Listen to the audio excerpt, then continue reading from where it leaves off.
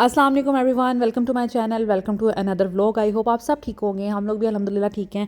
आज है जी फ्राइडे और घर क्लीन हो गया है। सुबह सुबह मेड आ गई थी टाइम पे ही आ जाती हैं डेली, तो क्लीनिंग आलमोस्ट हो गई थी, कुछ चल रही थी। तो ये कुछ सिचुएशन है कि रूम की बेडशीट मैंने चेंज किया क्योंकि आज फ्राइडे था, तो मुझे यही होता है चले फ्राइडे को बेडशीट चेंज कर दूँ, टावल नहीं वॉशरूम में डाल दूँ और बच्चों को नहला दूँ, साफ़ सुथरा कर दूँ। तो आज जावियार को भी मैंने नहलाया है, ईज़ा को भी नहलाया है। ज़ैनब फातिमा तो स्कूल गई हुई हैं और ये जावियार को ये ज़िद कर रहा था कि मुझे हाथों में लें, तो मैंने इसको कोट में लिटा दिया है। साथ में इसका ये जो ऊपर देखता है तो फिर थोड़ा एंटरटेन हो जाता है, लेकिन ये कि ज़िद करता है कि मुझे हाथों में लें, तो मैं फिर कोशिश ये करती हूँ कि जब ये ज़िद कर रहा हो फिर मैं इसको नहीं पकड़ूँ।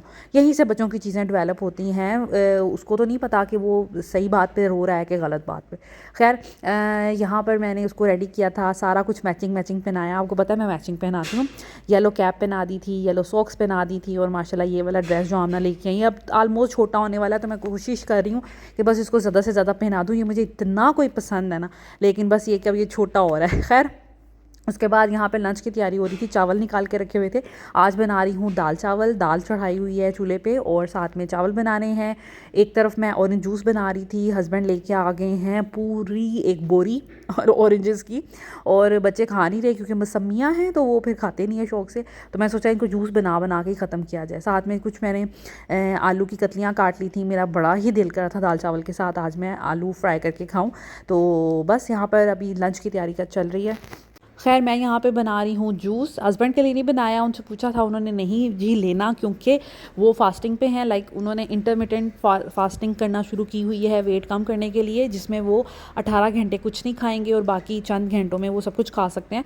तो वो फिर सिर्फ पानी पियेंगे और उन्होंने जूस, दूध और कोई भी चीज़ नहीं लेनी, सिर्फ सादा पानी पी सकते हैं डाइट के लिए। तो खैर, यहाँ पर जूस पीऊँगी। उसके बाद अच्छा जी, ये हैं जी ड्रेसेस जो लेके आई थी, बोनेंजा से लेके आई थी बाबा का। गीगा मॉल गए थे कुछ दिन पहले और वहाँ पे मुझे कुछ और नहीं अच्छा लगा। दरअसल मामा के पास कहीं आने जाने वाले बहुत ड्रेसेस होते हैं और क्योंकि वो इतना कोई आती जाती है नहीं, तो उनके पास काफ़ी ड्रेसेस हैं जो वो पहन सकती हैं।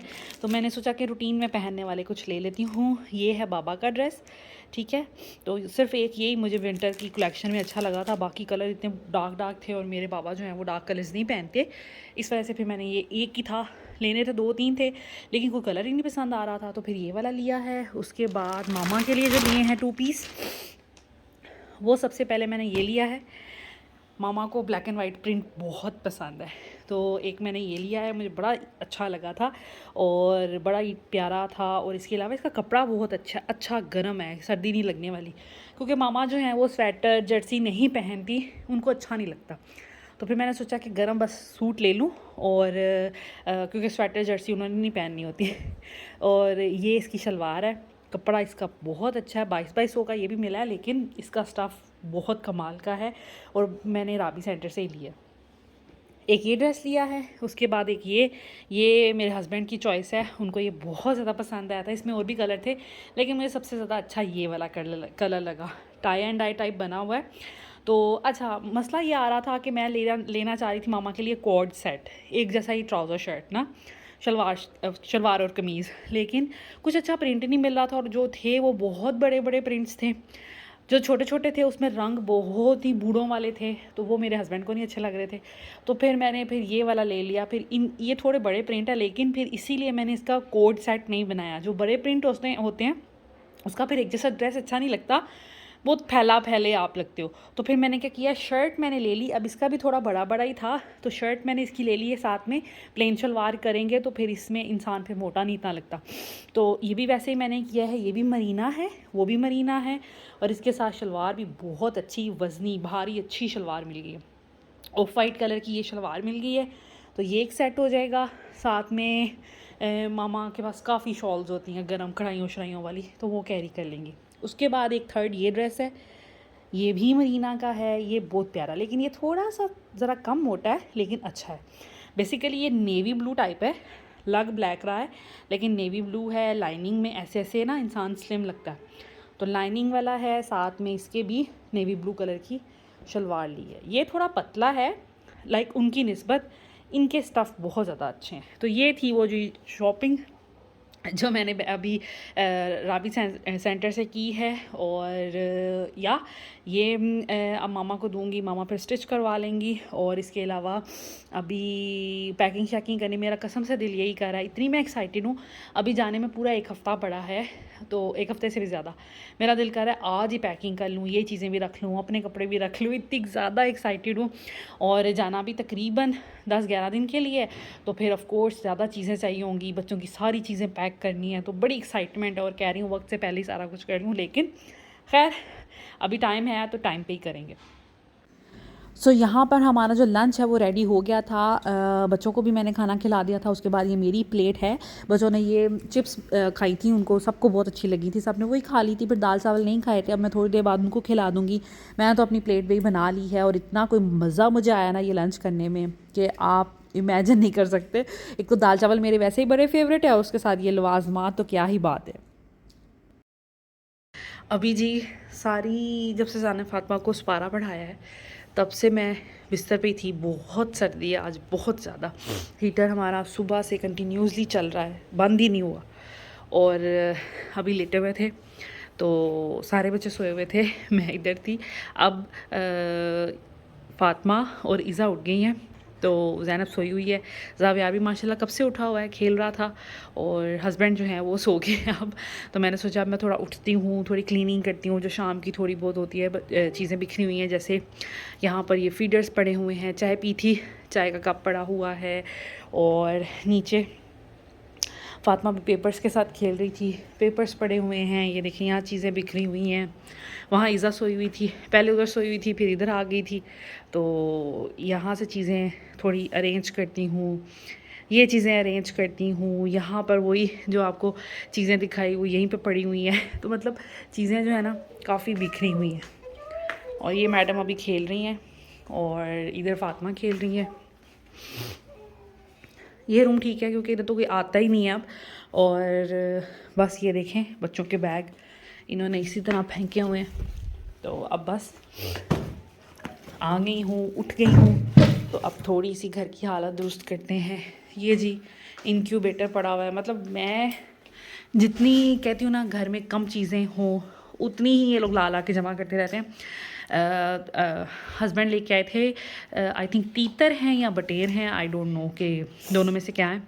तो उन्होंने अब अंडे देना शुरू कर दिए। तो 5-6 अंडे हो गए हैं। तो फिर इंक्यूबेटर लेके आए हैं कि वो हैच हों। मैं यही कह रही थी वेस्ट क्यों करने, तो इनको कोई आप देखें, पढ़ें, रिसर्च करें कि ये कैसे हैच होंगे। फिर मेरे हस्बैंड ने ये इंक्यूबेटर मंगवाया है दराज से कि जी वो हैच हों। आप देखते हैं क्या बनता है। खैर शेयर आपके साथ करूँगी हैच हुए कि नहीं हुए, तो वो भी एक बहुत बड़ी ज़िम्मेदारी है। और मुझे लगता है कि आज सुबह से मेरे हस्बैंड ने उनको खाना नहीं दिया, बिकॉज़ मुझे याद था कि नहीं दिया खाना। और ये देखें फातिमा, बस ये फातिमा अब खेलने के मूड में सारी चीज़ें बिखेरेगी। तो ये इस जगह पड़े हुए हैं, लाइट ऑन करके दिखाती हूँ। ये देखें, मुझे लगता है सुबह से बेचारे भूखे प्यासे हैं, उनको ठंड भी लग रही है। खैर ये मैंने मैट रखा हुआ है क्योंकि ये दाना बहुत गिराते, पानी दाना खेस रखा हुआ है ऊपर कवर करने के लिए। तो अभी मैं हस्बैंड से कहती हूँ कि जैसे ही वो उठते हैं इनका कोई बंदोबस्त करें बेचारे, बहुत ज़्यादा। इसीलिए मैं कोई जानवर नहीं रखती क्योंकि मुझसे देखभाल होती नहीं, मुझे डर लगता है। मैं तो इन बेचारों के केज में इतनी मुझ में हिम्मत नहीं है कि मैं दाना डाल दूँ या मैं उनको खाना दे दूँ। मुझे ऐसा लगता है मुझे काट लेंगे, तो मैं तो कर नहीं सकती। और ये फिर गफलत करते हैं, तो फिर ये कि फिर बेचारा जानवर जो है वो परेशान होता है। किचन की ये कुछ हालत हुई है। तो अभी सारा सही करके फिर दिखाती हूँ आपको।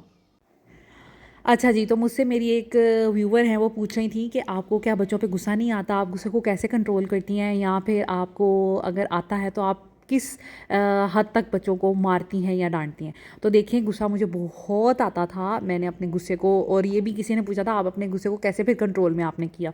तो देखिए गुस्सा मुझे बहुत आता था शुरू में। जैसे ही मैंने आपको बताया ज़ैनब पैदा हुई तो ज़ैनब ने मुझे बहुत टफ़ टाइम दिया। पहला मेरा बेबी था, मुझे इतना ज़्यादा मैं डिप्रेशन में चली गई कि मुझे इसकी ज़िम्मेदारी एक बोझ लगना शुरू हो गई थी और मुझे लगता था कि मेरे साथ ज़्यादती है। और बच्चा पालना तो बहुत मुश्किल है। तो शौक़ तो मुझे बहुत था कि ज़ैनब मतलब मेरे घर बच्चा पैदा हो, लेकिन उसके बाद जो रिस्पॉन्सिबिलिटीज़ थी ना, मैं उनसे बहुत ज़्यादा डर गई थी कि ये मेरे साथ क्या हो रहा है। तो उसमें ये हुआ कि मैं ज़ैनब को ऑफ कोर्स, और इसने मुझे टफ़ टाइम में अब अगर कंपेयर करूँ खुद को अब की मदर से और उस वक्त की मदर से, तो भी मैं यही कहूँगी कि ज़ैनब ने मुझे बहुत टफ़ टास्क दिया था, टफ़ टाइम दिया था, क्योंकि मेरे बाकी 3 बच्चों ने मुझे इतना टफ़ टाइम नहीं दिया। तो ज़ैनब सारी सारी रात जागा करती थी, और मैं ऐसी बंदी हूँ, आपको मेरे साथ रहकर अंदाज़ा हो गया होगा कि मैं रात में जल्दी सो जाती हूँ, सुबह जल्दी उठ जाती हूँ। तो मेरी एक रूटीन बनी हुई है, और ये मेरी रूटीन अब से नहीं है, ये मेरी बचपन से ही रूटीन है कि मैं टाइम पे सो जाती थी और सुबह टाइम पे उठ जाती थी। तो ज़ैनब जब पैदा हुई तो उसने तो रात सारी सारी रात जागा करती थी। तो दिन में मैं काम, तब मैं उन दिनों में ससुराल रहती थी, तो दिन में मैं ऑफ़ कोर्स सारे काम, सारी ज़िम्मेदारियाँ पूरी करती थी, सबका खाना पीना, मेड से काम करवाना, सब कुछ, ईच एंड एवरीथिंग, बच्चे के भी काम करना। तो उसके साथ साथ मुझे ज़ैनब को रात में जब देखना पड़ता था ना, मुझे बहुत मुश्किल होती थी। ख़ैर उन दिनों में मेरे हस्बैंड ने भी साथ दिया, लेकिन ऑफ़ कोर्स उनको भी ऑफ़िस में जाना होता था। फिर मेरी जो सास थी ना, वो फिर ज़ैनब को लेके बहुत बैठा करती थी। वो फिर मुझे कह देती थी कि चलो तुम थोड़ी देर सो जाओ, मैं फिर इसको ले लेती हूँ, जब फिर मुझे नींद आएगी मैं आपके पास लौटा दूँगी या मैं आपको पकड़ा दूँगी। ख़ैर आंटी ने मुझे बहुत हेल्प किया उस दौरान। तो फिर ये हुआ कि लेकिन फिर भी ज़ैनब ने ना मुझे बहुत टफ़ टाइम दिया। ऑफ़ कोर्स वो भी एक इंसान थी, उनसे जितना होता था वो करती थी, लेकिन फिर भी वो भी थक जाती थी। ख़ैर तो मुझे गुस्सा बहुत आता था, मैं इसको बहुत ज़ोर से, अक्सर इसकी कोई भी गलती होनी, कोई शाद करनी, कहीं गंद मचा देना, तो मैं उसको मारा करती थी, मैं बहुत ज़ोर से इसको मारती थी। और फिर फ़ातिमा हो गई, और ज़ैनब और फ़ातिमा में 1 साल का डिफरेंस था, तो मुझे बहुत मुश्किल हुई कि इकट्ठे दोनों का हो जाना, मुझे ऐसा लगता था कि जैसे ट्विंस वाला हिसाब है। तो खैर यहाँ पर मैंने फिर दोनों मिलकर, ज़ैनब थोड़ी बड़ी हुई तो इसने मिल के ना शरारतें किया करनी, लाइक चीज़ें मैस बना देना, कभी डायपर्स वाले पैक में से सारे डायपर्स निकाल देना, कभी फ्रिज में से चीज़ें निकाल देना, कभी कोई लोशन वगैरह हाथ में आया, कोई ऑयल हाथ में आया, वो फैला देना। मैं उन दिनों में हर चीज़ ऊंची करके रखती थी, लेकिन गलती से गफलत कभी मुझसे हो जानी तो वो गफलत ज़ैनब से नहीं होती थी, इसने हर चीज़ से मैस कर देना।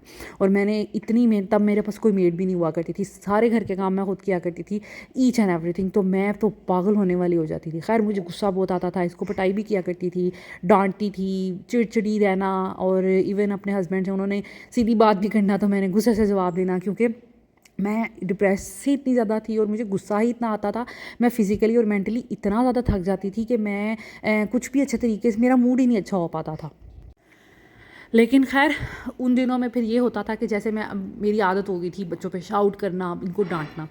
फिर ये था कि मेरे हस्बैंड ये चीज़ बर्दाश्त नहीं करते थे। उनको ये वो मुझे समझाते थे कि बच्चों को मारना सज़ा देने के लिए होता है, इनको चोट लगाने के लिए होता। आप फुल फोर्स के साथ इनको मारती हैं तो आप अपना गुस्सा जो है इन पे निकाला करते हैं। देखिए मैं भी इंसान हूँ, अब ऐसा नहीं है कि मैं अब परफेक्ट नज़र आती हूँ आपको, या मैं परफेक्ट हूँ तो क्या मुझसे फ्यूचर में कोई गलतियाँ नहीं हुई। ऑफ कोर्स हर किसी से गलतियाँ होती हैं, मुझसे भी बहुत गलतियाँ हुई हैं, लेकिन मैंने अपनी गलतियों से सीखा है और उनको दुरुस्त करने की कोशिश की है।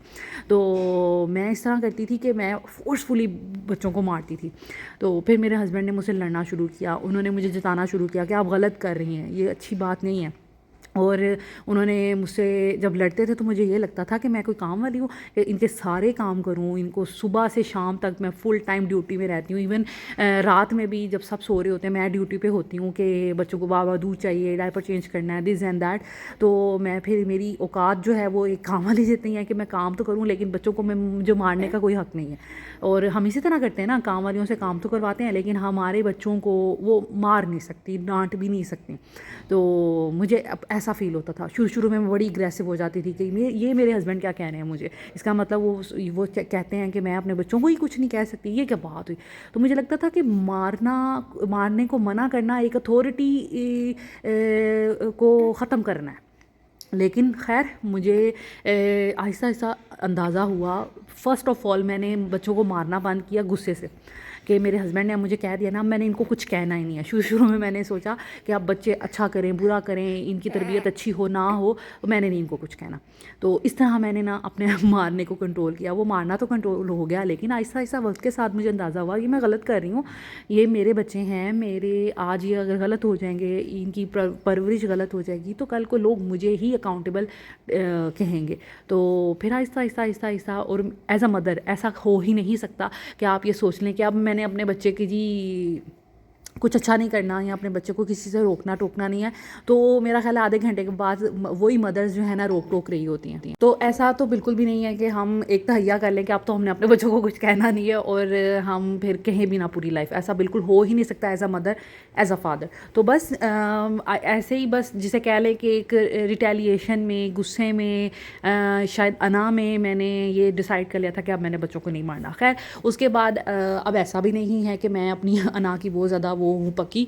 तो खैर मैंने फिर आहिस्ता आहिस्ता इस चीज़ को कम किया कि जिस चीज़ से मेरे घर में लड़ाई होती है, जिस चीज़ को मेरे हस्बैंड अच्छा नहीं समझते, तो मैं कोशिश करूँ अपना रिलेशन अच्छा करने के लिए मैं ना करूँ। लेकिन हाँ, फिर मैंने ये करना शुरू किया कि मैंने अपने हस्बैंड को बताना शुरू किया अब ये गलत काम कर रही हैं, अब ये गलत काम कर रही हैं। फिर उन्होंने इनको पनिश करना शुरू किया और हमारी पनिशमेंट यही होती है, हम आपको एक दिन के लिए टीवी नहीं देखने देंगे, हम आपको एक दिन के लिए स्नैक्स नहीं देंगे या 2-3 दिनों के लिए स्नैक्स नहीं देंगे, इस फ्राइडे आपकी पॉकेट मनी बंद है, इस वीक हम कहीं बाहर नहीं जाएंगे। तो मतलब इस तरह की हमारी होती हैं और इसी से ही बच्चे डर जाते हैं। अगर बहुत ज़्यादा तंग कर रहे हो तो फिर हम कह देते हैं दीवार की तरफ मुँह करके खड़ा हो जाएं। फिर ये कि 5-10 आधा घंटा हम लोग उनको खड़ा रखते हैं। तो खैर यहाँ पर जी तो बस आहिस्ता आहिस्ता मैंने इनके मारने की आदत ख़त्म की और बच्चों पे लेकिन सख्ती करना नहीं बंद किया। हम डांटते हैं बच्चों को, तब से अब तक थ्रू आउट डांटते हैं, किसी बात पे पनिश भी करते हैं, दीवार की तरफ मुंह करके खड़ा हो जाएं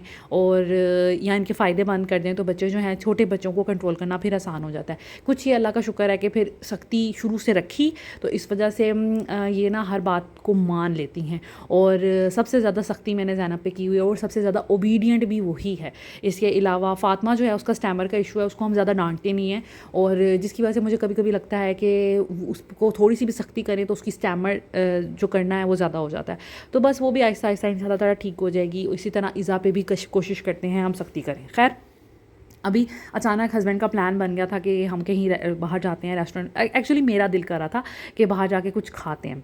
बात शुरू हुई थी चिकन पकौड़ा से और एंड हुई कि नहीं फिर हम, क्योंकि फ़ातिमा ने कहा मुझे स्टेक खाना है और उसने फ़र्स्ट टाइम कहा था कि मुझे स्टेक खाना है। फिर मैंने सोचा कि फ़ातिमा की पसंद से कर लेते हैं। और ये है जी मेरी लुक। मेरी किसी व्यूअर ने कहा था कि हिजाब वाली लेडीज़ जो हैं वो कैसे तैयार हों, तो आप हिजाब में भी स्टाइलिश लग सकते हैं। देखें, हिजाब अगर आपने करना है तो इस तरह आप अपना कोई लंबा नेकलेस पहने जो ज़्यादा प्यारा लगे। छोटा नेकलेस पहनने का कोई फ़ायदा नहीं है। उसके बाद हिजाब कर लें। अगर ये आपको कम लगता है तो आप एक कंधे पर अपने ड्रेस के साथ मैचिंग दुपट्टा भी ले सकते हैं और किसी और कंट्रास्ट में आप हिजाब को इस तरह कर लें तो फिर भी प्यारा लगेगा। अगर आपने कोई कोट पहनना है तो फिर दुपट्टा कैरी करने की ज़रूरत नहीं है, फिर हिजाब ही सफिशेंट होगा मेरा ख्याल है। लेकिन फिर भी अगर आपकी फैमिली में रिस्ट्रिक्शन है तो फिर भी आप एडिशनल फिर दुपट्टा एक जो है शोल्डर उस पर शफून का पतला सा कोई दुपट्टा प्यारा सा कैरी कर सकते हैं।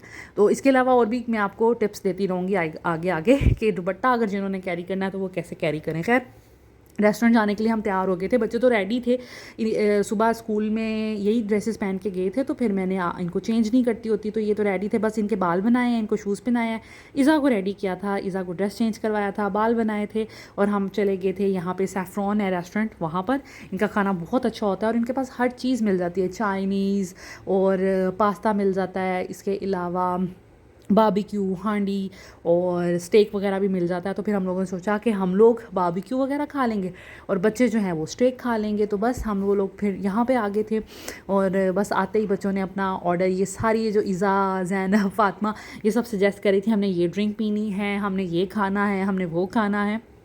तो यहाँ पर यही डिसाइड हो रहा था कि किसने क्या खाना है। तो बच्चों ने तो स्टेक खाना था और इसके अलावा इनको बस ये था कि हम कोई ड्रिंक पिएँ, जैसे कि हम बायकॉट करें। अभी भी बहुत से रेस्टोरेंट में ड्रिंक्स मिलती हैं तो कोशिश यही होती है कि ड्रिंक्स बच्चों को खुद भी ना दें, एक्सक्यूज़ कर देते हैं कि अब सर्दी है, ये है, वो है। तो खैर यहाँ पर इनको दे दिया था हम लोगों ने। इन्होंने पीच मार्गरेटा मंगवाया था। इसके अलावा ज़ैनब ने ज़ैनब ने मंगवाया था स्ट्रॉबेरी मार्गरेटा और फ़ातिमा ने मंगवाया था ब्लूबेरी मार्गरेटा। तो इन्होंने वो मंगवाया था, साथ में इनका स्टेक आ गया था। हमारा जो है खाना भी लेट था तो बच्चों का मैंने क्योंकि जाते ही ऑर्डर कर दिया था, इनको बहुत भूख लग रही थी। तो बस यहाँ पर हस्बैंड इनको अलग अलग प्लेट्स बना के दे रहे हैं, काट के दे रहे हैं, क्योंकि थोड़ा स्टेक खाना ना थोड़ा मुश्किल हो जाता है। तो बस इनको इनकी पसंद के हिसाब से पूछ रहे हैं कि वेजिटेबल्स चाहिए, फ्राइज़ चाहिए, सॉस चाहिए, प्याज चाहिए।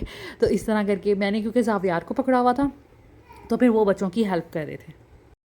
ज़ैनब तो हमेशा से खाती है स्टेक, ज़ैनब को काफ़ी पसंद है, लेकिन फ़ातिमा को ऐसे जितना नहीं ख़ास पसंद था कभी भी लेकिन उसने फ़र्स्ट टाइम कहा तो हमने कहा चलें अच्छी बात है, अच्छी चीज़ है स्टेक। तो बस फिर वो उसने भी खैर इन्जॉय बहुत अपना मील किया। और हम लोगों ने मंगवाया था, हांडी मंगवाई थी, साथ में हमने बारबेक्यू मंगवाया था और नान मंगवाए थे, एंड दैट इज़ इट। ये था हमारा आज का डिनर। अभी मैं आपको आगे अपना अपना भी दिखाती हूँ डिनर। ये जी हांडी मंगवाई थी हमने, चिकन चीज़ हांडी, ये इनकी बहुत कमाल की होती है। साथ में मलाई बोटी, हमारे ऑल टाइम फेवरेट, हम लोग जब भी बारबेक्यू खाते हैं मलाई बोटी खाते हैं। तो बस ये था हमारा डिनर। आई होप आज का व्लॉग भी आपको अच्छा लगा होगा। Thank you so much for watching this video. Take care, अल्लाह हाफिज़।